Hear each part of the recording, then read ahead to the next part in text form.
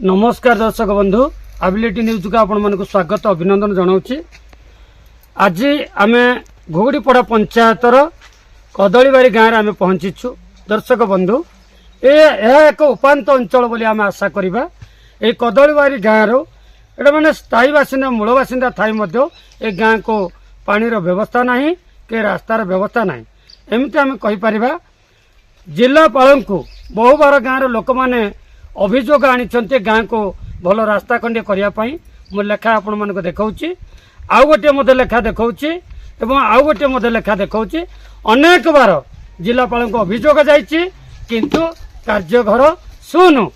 जेतेबेला आम ए संपर्क में वार्ड मेंबर सहित एवं सरपंच सहित आलोचना पर्यालोचना कलु जे आलोचना भितर से कहते यह एक अप्रुवाल होइछि किंतु जय कहूबार शुणा जाऊँगी कहुई।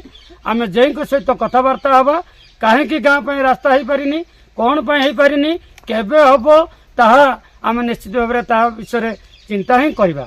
दर्शक बंधु स्वाधीनतार 79 वर्ष बीती जाइछि किंतु एबे मध्य बलवत्तर रही कदलीबारी गाँव समस्या।